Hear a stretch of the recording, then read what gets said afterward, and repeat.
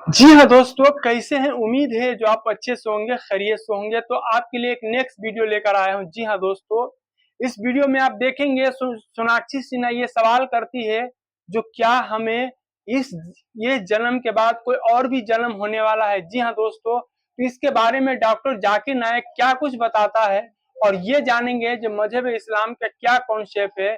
क्या मजहब इस्लाम का भी ये कॉन्सेप्ट है जो ये जन्म के बाद कोई और भी जन्म है या सिर्फ कयामत वाली जो हिसाब व किताब अल्लाह तबारक व ताला लेने वाला है सिर्फ वही है। जी हाँ दोस्तों, तो आइए वीडियो पे बने रहिए, वीडियो को स्किप मत कीजिएगा। चैनल पे नए हैं तो चैनल को सब्सक्राइब कर लीजिएगा और हमें कमेंट करके जरूर बताइएगा जो आपको ये वीडियो कैसी लगी। तो आइए हम सबसे क्या पुनर्जन्म होता है? Does rebirth really happen and are there many lifetimes? धन्यवाद डॉक्टर जाकिर नायक साहब। मेरे जिस्म का दिया गया नाम डॉक्टर वर्मा है और मैंने कुरान शरीफ भी पढ़ी है, बाइबिल भी पढ़ी है और वेदवाद की थोड़ा सा अध्ययन किया है। मैंने कुरान में सारी बातें अच्छी पाई हैं, किंतु एक बात मेरी समझ में अभी तक नहीं आई है। ये हिंदूवादी वो कहते हैं कि जन्म होता है और कुरान में एक बात आती है कि मुर्दे जंदे किए जाएंगे। ये दो बात मेरी समझ में अभी तक नहीं आई है। हिंदू तकवा कहता है, उन्हें देखा कि जन्मवाद के जन्म होता है। मैंने डिस्कवरी चैनल में भी ये चीज़ें देखी हैं। और दूसरा कि आखिर में कुरान में कि मुर्दे जिंदे किए जाएंगे। मैंने इस बात को बहुत से पूछा है, किंतु मेरे का इस बात का क्लियरिफिकेशन कोई भी मजहब, एक तो जन्मवादी, दूसरा जो जन्म नहीं मानता यानी मुर्दों को जिंदा करता है, समझा नहीं पाया। मैं आपसे प्रार्थना करता हूँ कि इस बात को कुरान के माध्यम से और आपके माध्यम से मैं समझने के लिए आपसे गुजारिश कर रहा हूँ। धन्यवाद। डॉक्टर साहब ने अच्छा सवाल पूछा है कि उसने कुरान मजीद पढ़ी और सब बात को तस्लीम करते, सिर्फ ये एक या दो बात कि कुरान शरीफ के अंदर मौत आती है, मुर्दे को वापस से ज़िंदगी दी जाएंगी आखिरत में, उनका जिक्र है। और हिंदू लोग ये मानते हैं कि पुनर्जन्म में, और वो डिस्कवरी चैनल पे देखे कि पुनर्जन्म होता है। अगर आप देखेंगे सबसे ऊंची किताब हिंदू मजहब में वेद, अगर आप पढ़ेंगे पुनर की मानी क्या, पुनर संस्कृत में मतलब नेक्स्ट, अगेन, वापस से, और एक पुनर के मानी नेक्स्ट। तो पुनर्जन्म मतलब नेक्स्ट जिंदगी और एक जिंदगी। अगर आप कुरान शरीफ पढ़ेंगे, कई आयते हैं कि अल्लाह सुब्हाना व ताला ने आपको जिंदगी दी, पहले आप थे नहीं, फिर जिंदगी दी, इस धरती पे आए, फिर आपको मौत देंगे, फिर आखिरत में उठाया जाएगा। आप जो कर रहे मुर्दों को जान दी जाएंगे आखिरत में, ये हम मानते हैं कि एक बार हम इस धरती पे आते, नेक्स्ट लाइफ इज आखिरत। उसी तरीके से वेद में भी जिक्र है अबाउट पुनर्जन्म, नेक्स्ट लाइफ, सेम हूबहू जिस तरीके से कुरान में लिखा हुआ है। लेकिन आम हिंदू मजहब के जो गुरु है, स्वामी हैं, इन लोग जब ये जानने लगे, एक उनको कठिनाई पेश आई। वो देखने लगे कि कई इंसान जब पैदा होते हैं with congenital defects, heart problem, heart defects, limb problem, कोई अमीर पैदा होता है, कोई गरीब पैदा होता है, तो भगवान ही कैनॉट बी अनजस्ट। भगवान अनजस्ट नहीं हो सकता है कि कोई इंसान को हेल्दी पैदा करता है सेहत के साथ, कोई इंसान को कंजेनाइटल दिल की बीमारी से पैदा करता है, कोई इंसान को अमीर घर में पैदा करता है, कोई इंसान को गरीब घर में।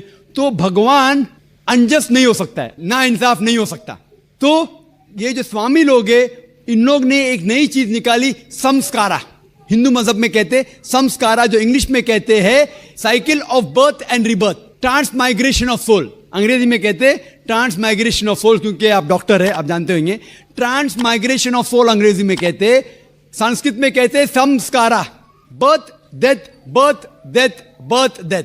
कहीं भी वेद में नहीं लिखा हुआ है कि birth death, birth death, birth death, कहीं भी वेद में नहीं लिखा है। चैलेंज है मेरा, ये इन लोग को मिलता है भगवत गीता के श्लोक से। भगवत गीता का श्लोक चैप्टर नंबर 2 में, वर्स नंबर 22 में, उसमें लिखा हुआ है कि जब कोई शख्स अपने कपड़े निकालता है तो वो नए कपड़े पहन लेता है, उसी तरीके से रूह एक नई जिस्म में जाती है। और ये भद्यांकर उपनिषद में भी इसका जिक्र है, आप पढ़ेंगे कि when a caterpillar climbs up the grass of blade, he jumps to a new grass. Same way the soul takes a new body. जिस तरीके से कैटरपिलर घास के ऊपर चढ़ता है और दूसरे घास पे जाता है, उसी तरीके से रूह एक नई बॉडी के अंदर जाता है। तो इस श्लोक के बुनियाद पर इन लोग ने एक फिलॉसफी पैदा की, संस्कारा, कि इंसान जो कर्म के बेस के ऊपर, कर्म और धर्म की फिलॉसफी, कर्म मतलब अच्छे कर्म करोगे धर्म के हिसाब से तो अगले जन्म में आप अच्छे पैदा होंगे। अगर आपके कर्म बुरे होंगे तो अगले जन्म में आप हो सकता है कि लूला पैदा होंगे या लंगड़ा पैदा होंगे। और जो कहते हैं कि आप इंसान 7 बार बनेंगे, ये कौन कहता है? वेद नहीं कहती, ये स्वामी जी लोग कहते हैं। कोई वेद में कहीं लिखा नहीं है, क्योंकि उनको ये नहीं कह सकते थे कि इंसान क्यों गरीब पैदा होता है, क्यों अपाहिज पैदा होता है। उनकी सोच कम थी, इसीलिए नई फिलॉसफी लेके आए, ट्रांसमाइग्रेशन ऑफ सोल। आप तो डॉक्टर है, मैं भी डॉक्टर हूं। आपने कहीं मेडिकल साइंस बुक में पढ़ा हुआ है कि इंसान इस दुनिया में जन्म लेता है? कभी नहीं। क्या फिजियोलॉजी में पढ़ा, क्या एनाटॉमी में पढ़ा? अगर ये साइंटिफिक फैक्ट होता था तो हम मेडिकल कॉलेज में पढ़ते थे कि इंसान नए जन्म लेता है। हम कभी भी नहीं पढ़े। इससे यह साबित होता है कि साइंस इसको तस्लीम ही नहीं करती। जो आप कह रहे डिस्कवरी चैनल में देखा, जो आप कह रहे हैं, अगर ये हक होता था तो हमारे साइंटिफिक बुक में भी ये लिखा होता। तो ये कहना कि साइंटिफिक प्रूफ है कि हम जन्म लेते हैं, बिल्कुल गलत है। इस्लाम जो इसका जवाब देता है वो है कि इस्लाम तस्लीम करता है कि अल्लाह सुब्हाना व तआला कुछ लोग को अपाहिज पैदा करता है, कुछ लोग को अच्छी सेहत देता है, कुछ को गरीब, कुछ को अमीर। इसकी वजह है कि अल्लाह ताला फरमाते हैं सूरह मुल्क में, सूरा नंबर 67 आयत नंबर 2 में, अल्लज़ी खलक़ल मौत वल हयाता, अल्लाह सुब्हाना व तआला ने मौत और जिंदगी बनाई ताकि आप लोग को जांच सके, आप लोग का इम्तिहान ले सके, आप लोगों में से कुछ लोग अच्छे हैं। ये जांच पड़ताल करने के लिए ये जिंदगी हमारे लिए इम्तिहान है।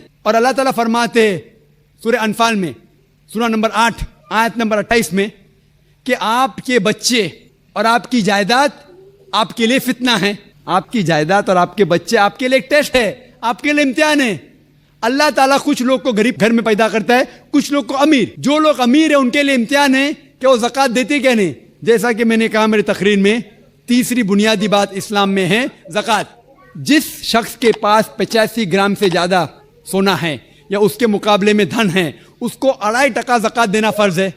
जो आदमी अमीर है, कुछ अमीर लोग बराबर ज़कात देते, कुछ लोग आधा देते, कुछ लोग देते नहीं। तो अमीर इंसान को शायद 100% मार्क्स मिले या 50% मार्क्स मिले या 0% मिले।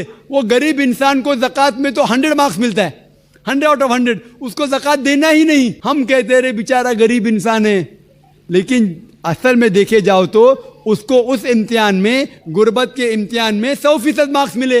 आप समझ रहे? इसी तरीके से अल्लाह ताला कहते हैं कि आपके बच्चे आपके लिए इम्तिहान है। हो सकता है मिसाल के तौर पे एक अच्छे जोड़ी है, अच्छे मुसलमान है, 5 टाइम नमाज पढ़ रहे हैं, हज को गए हैं, रमज़ान में रोज़ा रखते हैं, ज़कात देते हैं। अल्लाह ताला उनका और बड़ा इम्तिहान लेना चाहता है। जितना बड़ा इम्तिहान उतना बड़ा इनाम। मिसाल के तौर पे अगर आप BA पास करते तो आपको सिर्फ ग्रेजुएशन मिलता है। अगर आप MBBS पास करते आपको डॉक्टर कहलाया जाता। डॉक्टर मतलब ऊंचा ओहदा। इसी तरीके से अल्लाह सुब्हाना व तआला हो सकता है कि उस जोड़ी को इम्तिहान और सख्त देता है और ऐसा बच्चा पैदा करता है जो अपाहिज है। अल्लाह ये देखना चाहता है कि अपाहिज बच्चा पैदा करने के बावजूद वो अल्लाह के ऊपर ईमान रखता है क्या नहीं। अगर ईमान रखता है तो अल्लाह उसे जन्नत फिरदौस देना चाहता है। और कठिन इम्तिहान और बड़ा इनाम। हो सकता है कि वो इम्तिहान में फेल हो जाएगा। तो ये कुरान की आयत है, आपके बच्चे आपके लिए इम्तिहान है। कभी कोई भी अगर कलामिटी आती है, कोई भी आपको नुकसान होता है, इधर वो आपके लिए इम्तिहान है या आपके लिए सज़ा है। जब भी कोई भी आपको इनाम मिलता है, वो इधर आपके लिए इम्तिहान है या आपके लिए रिवॉर्ड है। तो इसी तरीके से क्योंकि हिंदू मज़हब के जो स्वामी हैं वो इसको नहीं समझ सके, इसीलिए एक नई फिलॉसफी संस्कारा लेके आए जो बिल्कुल वेद में नहीं लिखी है। वेद बात करता है पुनर्जन्म। पुनर्जन्म मतलब नेक्स्ट लाइफ, जिसका जिक्र कुरान में भी है, आखिरत की जिंदगी। तो वेद और कुरान सेम जिंदगी क्या बात कर रहा है कि इस दुनिया में आप आते हैं, एक बार आते हैं, सही तरीके से जिएंगे तो एक